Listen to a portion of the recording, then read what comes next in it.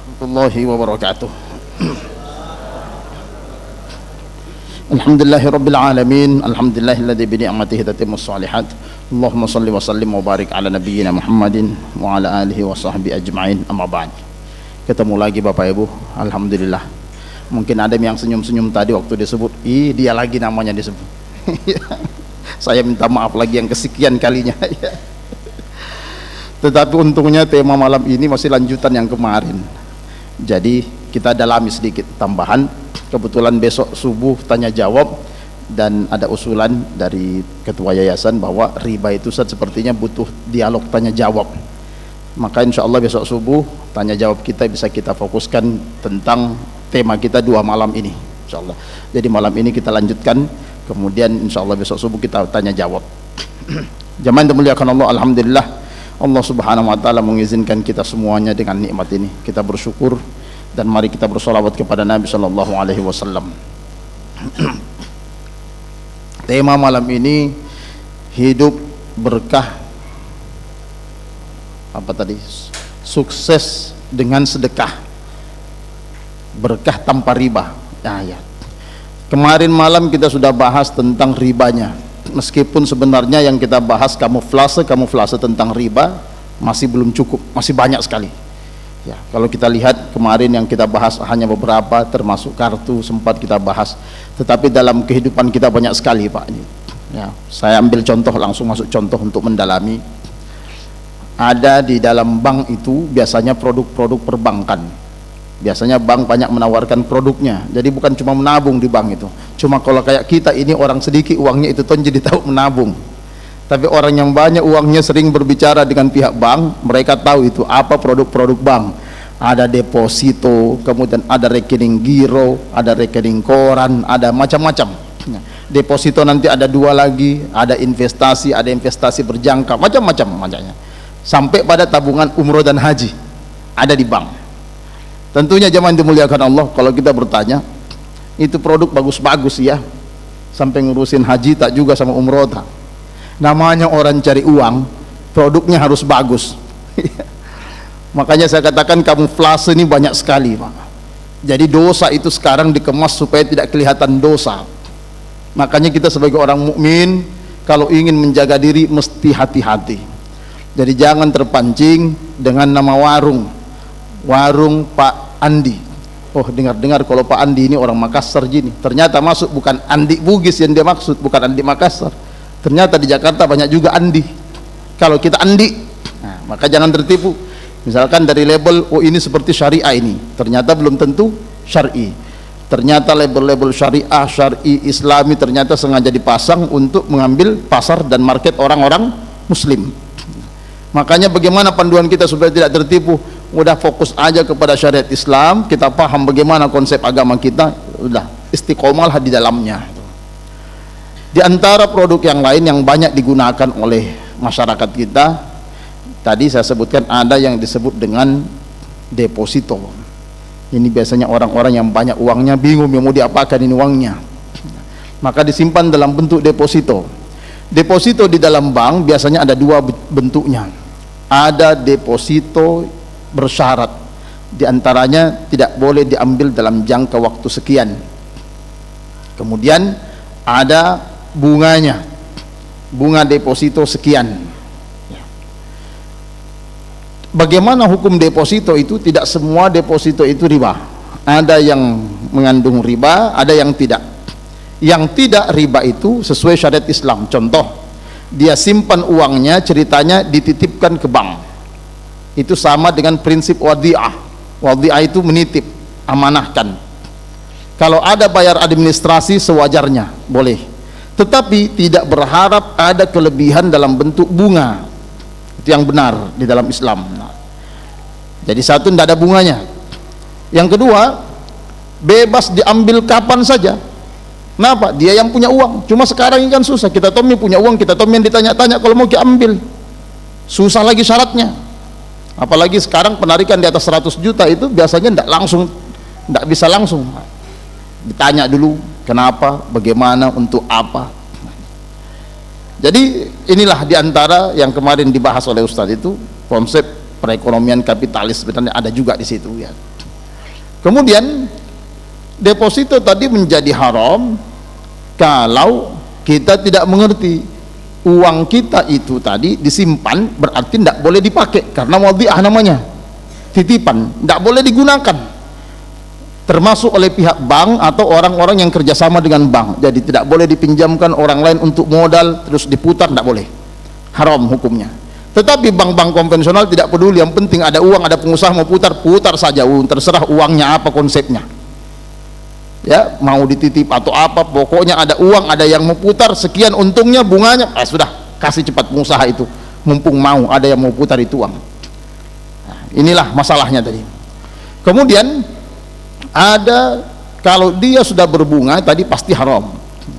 Kemudian berjangka, yang tidak berbunga kemudian tidak berjangka itu tidak haram. Lalu di dalam deposito biasanya ada jaminan simpanan modal utama. Contoh, bapak ibu menyimpan sebesar 100 juta, kemudian dalam perjanjian depositonya itu tidak ada jaminan pengembalian modal 100 juta itu, tidak ada jaminan pengembalian. Kalau bukan wadhi'ah dalam deposito investasi, diinvestasikan berarti diputar itu uang, kalau tidak ada jaminan berarti halal. Kenapa bisa halal? Nah, uang tak jangan sampai hilang, karena konsepnya bagi hasil, rugi sama-sama, kalau untung sama-sama, jadi tidak ada yang dizolimi. Tetapi pihak bank kadang bilang begini, tidak ada itu orangnya mau simpan uangnya di sini. Kalau begitu semua orang takut, maka buatlah konsep yang lain. Apa konsepnya? Deposito, kemudian ada bunganya sekian dan ada jaminan akan modal kembali dengan utuh. Jadi simpan 100 juta, ada bunganya, ketika nanti ada terjadi masalah di bank tetap utuh 100 juta, maka semua orang tertarik. Lagi-lagi riba menjadi permen pemanis, setan masuk lagi di situ. Makanya saya katakan kamuflase ini banyak sekali. Ada lagi model yang lain, investasi tadi disimpan kemudian digunakan. Kita mesti tanya, ini investasi uang kita itu dipakai untuk apa? Kehebatan di antara perbedaan perbankan syariah dan perbankan konvensional, saya minta maaf kalau ada pegawai bank konvensional di sini, Pak. Saya jelaskan dakwah ini, bukan menjelek-jelekkan konvensional, meluruskan, dan apa yang harusnya saya sampaikan sesuai Quran saya sampaikan. Perbedaannya adalah, kalau kita ke perbankan syariah, uang-uang nasabah itu bisa diputar dengan akad tadi, bagi hasil uangnya digunakan diputar, tetapi usahanya harus jelas. Makanya di syariah itu ketat sekali itu model peminjaman. Kalau bapak-bapak ibu pengusaha yang biasa mau kerjasama dengan bank muamalat, biasanya tahu, wah lebih susah ini bank muamalat. Kenapa? Karena dia harus survei betul, ini usahanya halal atau tidak, bagaimana sistemnya dia. Karena uang orang tadi tidak boleh dicampur dalam usaha yang haram. Bagaimana kalau uang kita dipakai untuk M-Club gitu, ternyata membiayai prostitusi di sana itu. Maka itu mesti dilihat di dalam Islam. Nah, itu perbedaan tadi antara konvensional dengan syariah. Sehingga uang kita digunakan dalam kebaikan. Kalau ada keuntungan, bagi hasilnya, keuntungannya adalah hasil dari amal usaha yang dihalalkan oleh Allah Subhanahu wa taala. Nah, jamaah dimuliakan Allah, ini contoh lagi.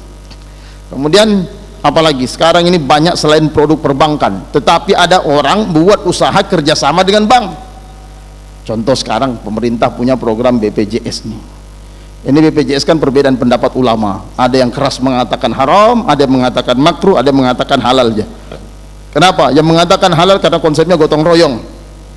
Kita gotong royong membantu sama-sama saudara-saudara kita yang tidak mampu, terutama yang ambil kelas 1 kasih kelas 3, ya, yang kelas 3, nah itu jadi kita bantu gotong royong.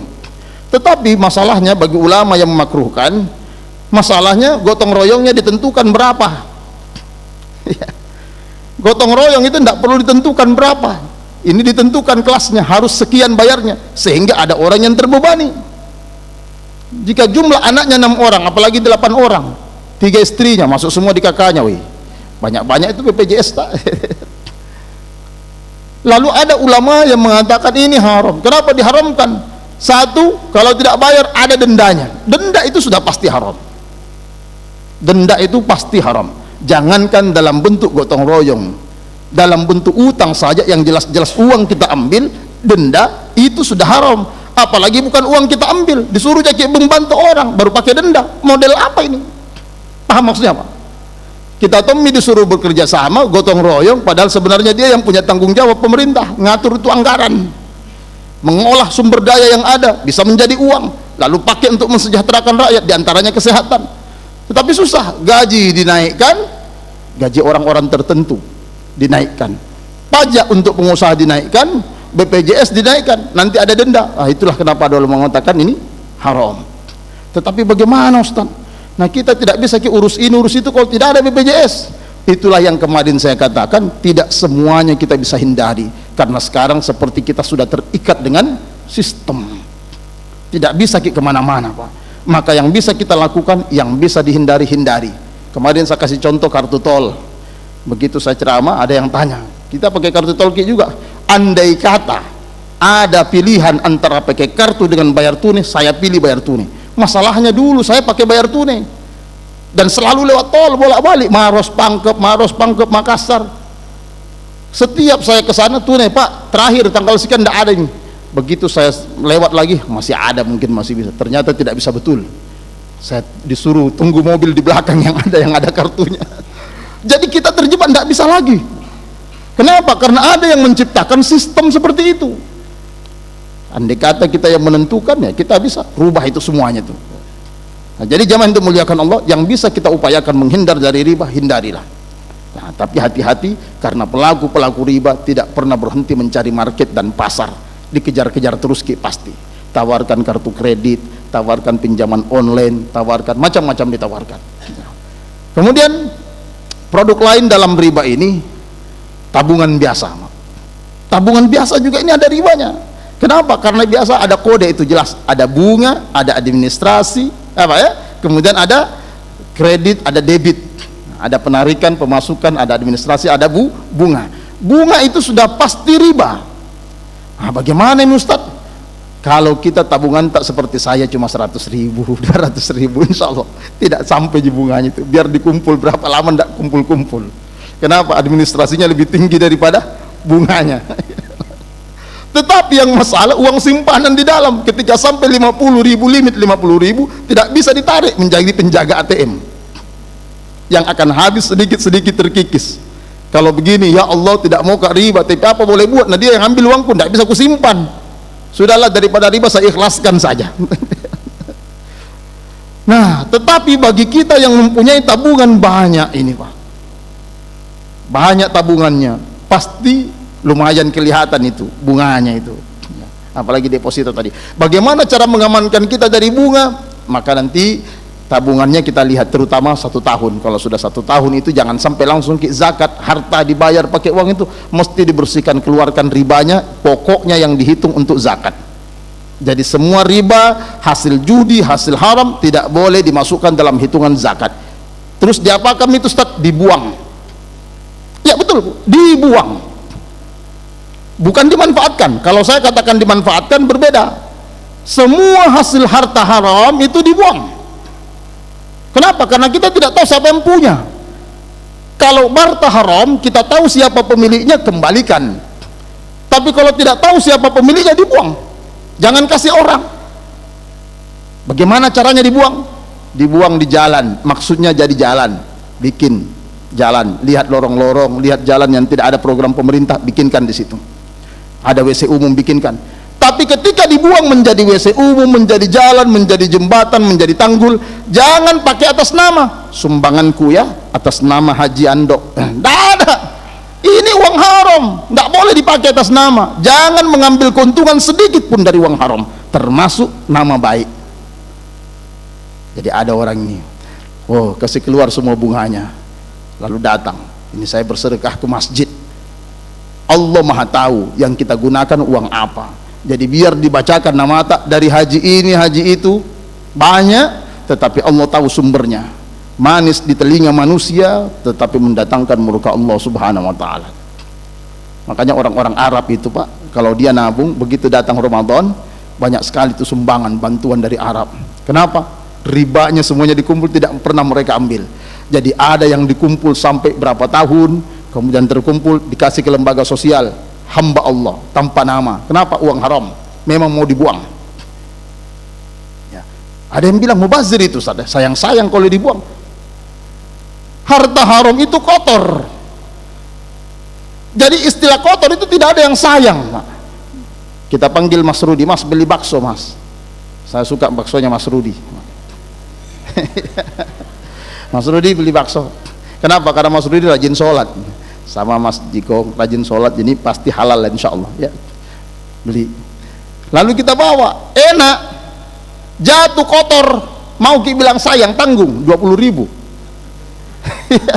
Maka uang kotor, uang haram itu tidak ada istilah sayang dan tidak ada istilah mubazir, sebab Allah yang perintahkan buang. Makanya ada tong itu orang daripada sayang ditangguh, tidak bisa disedekahkan, tidak bisa dipakai haji, tidak bisa dipakai umroh, dia kumpul untuk apa? Persiapan caleg. Bagaimana? Haram, tetap haram. Ketika berhasil naik menggunakan uang haram, semua menjadi haram. Makanya tidak ada pilihan lagi. Jadi jangan bilang mau tol lolos, tidak ada lolos. Uang haram mesti dibuang. Nah, jadi bukan kata dimanfaatkan, sebab kalau dimanfaatkan ada yang mengambil manfaat, kita tidak boleh mengambil manfaat. Buang artinya tidak ada urusannya dengan kita, sudah pakai. Orang tanya dari siapa ini? Ah, ini dari Allah, sudah semuanya dari Allah ini. Kenapa? Allah yang perintahkan, buang itu uangmu.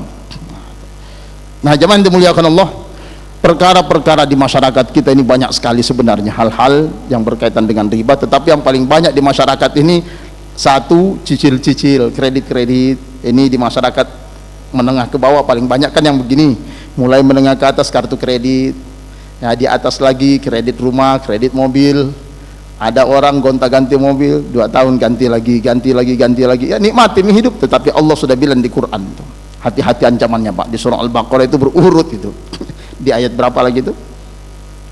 Ayat berapa itu tentang riba itu Pak?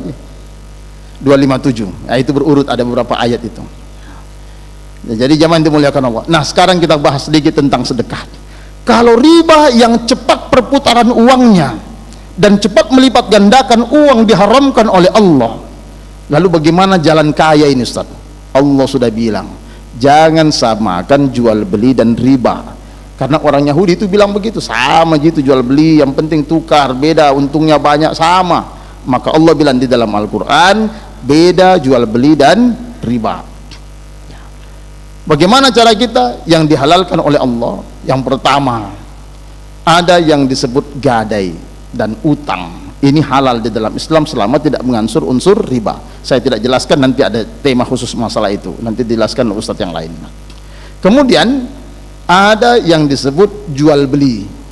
Nah, jual beli inilah yang dihalalkan oleh Allah. Selama yang dijual itu halal, proses jual belinya halal, kemudian semua akadnya halal, ya, tidak ada yang yang salah di dalamnya. Maka ini diperbolehkan. Kalau yang dijual itu obat-obat terlarang, haram, berarti haram jual belinya. Tidak usah masuk-masuk di situ. Tapi besar untungnya, buntungnya lebih besar. Ya, jangan ambil, jangan masuk di situ. Maka ambil jalan yang halal. Tapi itu jalan yang halal Ustadz sepertinya susah sekali cepat berkembang. Inilah pekerjaan setan, selalu membuat yang warna putih menjadi abu-abu dan hitam kelihatan abu-abu. Ini pekerjaan setan.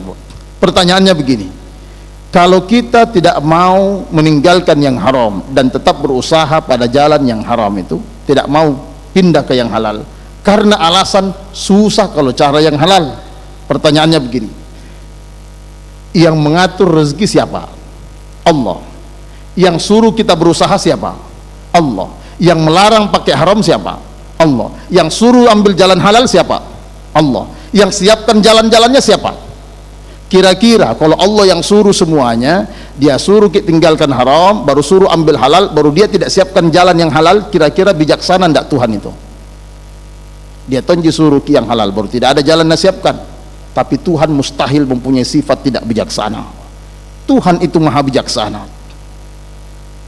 Kalau Tuhan menyuruh kita meninggalkan yang haram, tetapi jalan yang haram lebih banyak dibanding yang halal, mustahil. Yang halal pasti lebih banyak Allah siapkan. Tapi kenapa kelihatan samar-samar? Karena setan. Ada dua setannya. Ada setan yang tidak nampak dan ada agen setan dari golongan manusia.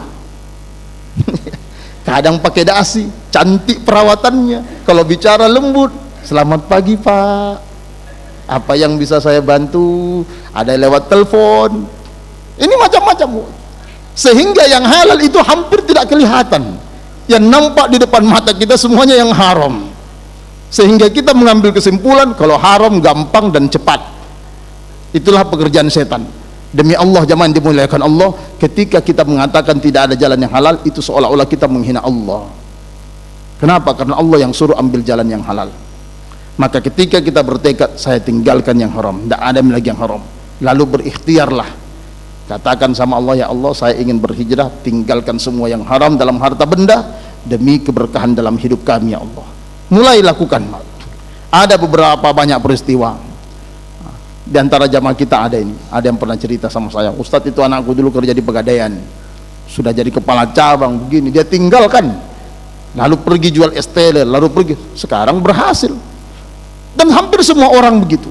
Tetapi di awal mesti diuji sama Allah, betulkah kau tinggalkan yang haram? Jangan sampai datang-datangan, jangan sampai kamu bilang tinggalkan haram karena lagi susah pelangganmu. Begitu nanti dapat tawaran proyek, kembali lagi ke yang haram. Pasti diuji. Di antara ujiannya tadi adalah ujian benar enggak kita iman ini mau mengambil jalan yang halal. Jadi tidak semudah itu, pasti banyak kendalanya. Di antaranya ada kekhawatiran dan ketakutan. Contoh, ada orang kerja di tempat riba lalu dia mau tinggalkan, pasti ada kekhawatiran. Khawatir apa? Di mana kak bekerja lagi setelah ini? Gajiku sudah sekian, kira-kira bisa kak dapat gaji lagi sekian? Masa saya mulai dari nol, yang tadinya saya sudah jadi kepala ini, sudah jadi direktur ini, masa saya kembali dari nol? Ini semua ujian. Berani tidak kita meninggalkan semua itu demi Allah subhanahu wa ta'ala? Maka Allah subhanahu wa ta'ala menjelaskan di dalam Al-Quran, kalau kalian beriman kepada Allah, tinggalkan semuanya itu. Dan Allah melanjutkan di ayatnya berfirman, wattaqullah, takutlah kepada Allah, tinggalkanlah semua sisa-sisa riba itu. Jemaah yang dimuliakan Allah, Tuhan kita maha pengasih dan maha penyayang. Sebelum kita lahir, Allah sudah menyiapkan semua jalan rezeki kita, dan takdir Allah sudah tetapkan semuanya. Hanya saja kadang keinginan kita, obsesi kita yang terlalu besar. Sebenarnya kita punya anak cuma 2, biar rumah 2 kali 2 juga cukup. Tetapi karena kita lihat orang punya tingkat 2, mau juga 1 anak 1 tingkat. Itulah yang kadang membuat kita tidak bersyukur. Kemudian ditambah lagi ingin cepat, tidak berterima kasih, tidak qanaah terhadap apa yang Allah takdirkan. Sungguh jalan waktu kita masih bayi di dalam rahim ibu, tidak ada utang, tidak ada kesulitan. Kenapa? Karena kita terima saja. Apa saja makanan yang Allah kasih lewat ibu kita dimakan, itu Tommy dimakan di dalam. Apa yang di ibu kita minum, itu Tommy kita minum, kasihan. Tidak pernah kita ngomel. Sampai kita keluar dari rahim ibu kita dengan selamat, alhamdulillah. Ibu tak suapkan cuma pepaya bonok ditumbuk-tumbuk, alhamdulillah itu Tommy dimakan. Tidak kita protes, makanya tidak ada susahnya.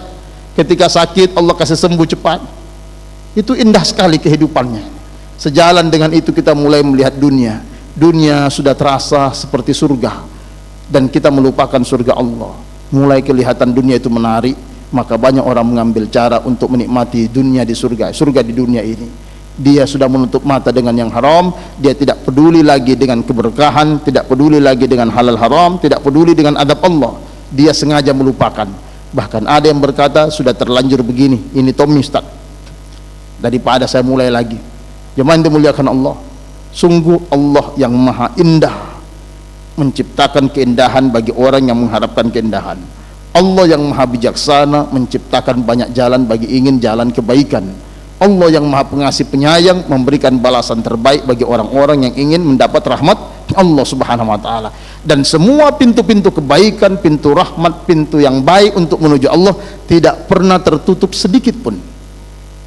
Tidak ada istilah istirahat, selalu terbuka dari Allah subhanahu wa ta'ala. Dan Allah tidak pernah istirahat, tidak pernah lelah menantikan kita kembali ke jalan Allah.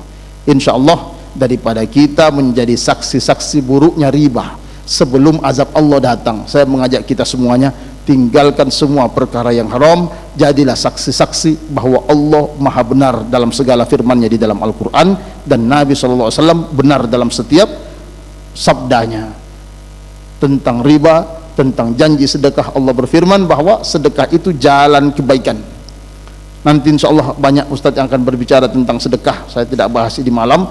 Intinya, daripada kita riba kelihatan bagus tetapi siksa dunia dan akhirat, tinggalkan, dekatkan diri kepada Allah. Sebelum saya tutup, saya ingatkan kembali apa yang saya sampaikan kemarin, Pak. Apa itu? Ingat, ada orang yang penuh dosa datang, banyak dosanya, tetapi dia tidak mau makan yang haram. Untungnya tidak riba, banyak sekali dosanya. Dia datang kepada Allah, dia bilang, ya Allah, ampuni dosaku, kasih yang banyak sekali, Ramadan ini mau jadi orang baik. Maka Allah tersenyum, maka Allah akan bilang, semua dosamu sudah saya ampuni, saya ganti jadi kebaikan. Jadi mau hambaku yang baik ya, saya bukakan pintu rahmat dan kebaikan.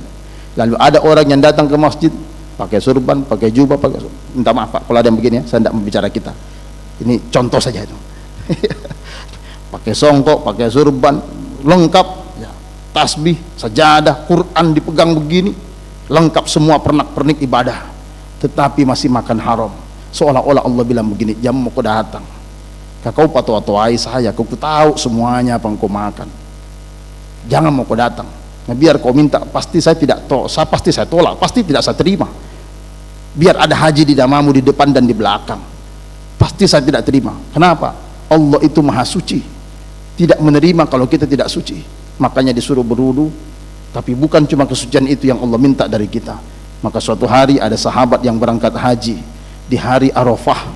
Di hari Arafah saat Allah menumpahkan semua ampunannya dan menerima mengabulkan semua doa-doa hambanya, ada seorang yang menangis dalam kain ihramnya. Di hari Arafah dia mengangkat tangannya berdoa kepada Allah sambil mengeluarkan air matanya, berdoa dengan sungguh-sungguh. Lalu Nabi melihat dan Nabi menyampaikan kepada sahabat, lihat orang itu berdoa sambil mengangkat tangan. Sungguh Allah maha malu, pemalu, malu untuk tidak mengabulkan doa hambanya ketika dia mengangkat tangan. Lihat orang itu berdoa dengan penuh kekhusyuan, menangis mengeluarkan air mata. Allah maha pemalu, sungguh Allah malu untuk tidak menerima doanya itu karena dia menangis, apalagi di hari Arafah. Tetapi kata Rasulullah, tetapi tahukah kalian, sungguh Allah tidak mengabulkan sedikit pun dari doanya. Kaget sahabat ini, kenapa ya Allah? Wahai Rasulullah, ada apa? Kenapa? Nabi cuma mengatakan, karena yang dimakannya haram, yang diminumnya haram, dan yang digunakan adalah haram. Maka itu cukup menjadi penyebab kita tertolak doa-doa pada Allah, ibadah tidak diterima oleh Allah, dan pasti Allah berikan penghalang untuk ke surganya. Naudzubillah min dzalik.